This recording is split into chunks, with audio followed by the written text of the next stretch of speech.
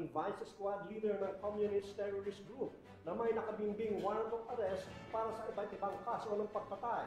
Ito ay isang patunay ng epektibong kampanya ng gobyerno laban sa mga armadong grupo at ang patuloy na pagsusulong ng malasakit sa mga nagbabalik loob sa pamahalaan. Iyan ang tinutukan ni Patrolwoman Jomalyn Cacanindin. Voluntaryong sumupa ang isang Vice Squad leader ng komunistang teroristang grupo sa tanggapan ng Ifugao Police Provincial Office sa Camp Colonel Joaquin P. Dunuan, Lagawi, Ifugao nito lamang ika-12 araw ng Marso taong kasalukuyan. Kinilala ni Police Colonel Jeremias G. Oyawon, Acting Provincial Director ng Ifugao PPO, ang sumuko ay bilang si Kadiway, dating Vice Squad Leader ng Section Committee 1 sa ilalim ng Abraham Bandawagan Command ng Kilusang Larangan Guerrilla Baggas at sangkot sa mga mararahas na aktibidad at propaganda sa rehiyon ng Cordillera mula 1995 hanggang 2017. Ayon kay Police Lieutenant Colonel Dwight L. Fagian, Chief Pikado ng Ifugao PPO, ang nasabing sumuko ay may nakabinbing warrant of arrest na inilabas noong Nobyembre 24, 2017 sa Regional Trial Court ng Lagawi, Ifugao para sa iba't ibang kaso ng pagpatay. Si Kadiway ay na-aresto noong 2019 sa Kalinga, pero na-release siya noong 2022. Ngayong 2025, nalaman na may kaso siya dito sa Ifugao. Kaya ang ginawa nila is nakipag-ugnayan ng kanyang pamilya sa mayor ng Balbalan, sa LGU, para sa kanyang voluntary surrender.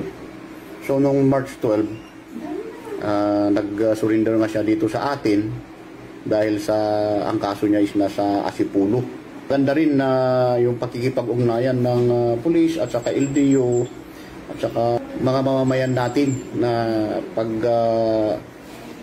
pag-inganyo sa mga dati pang rebelde na sumuko.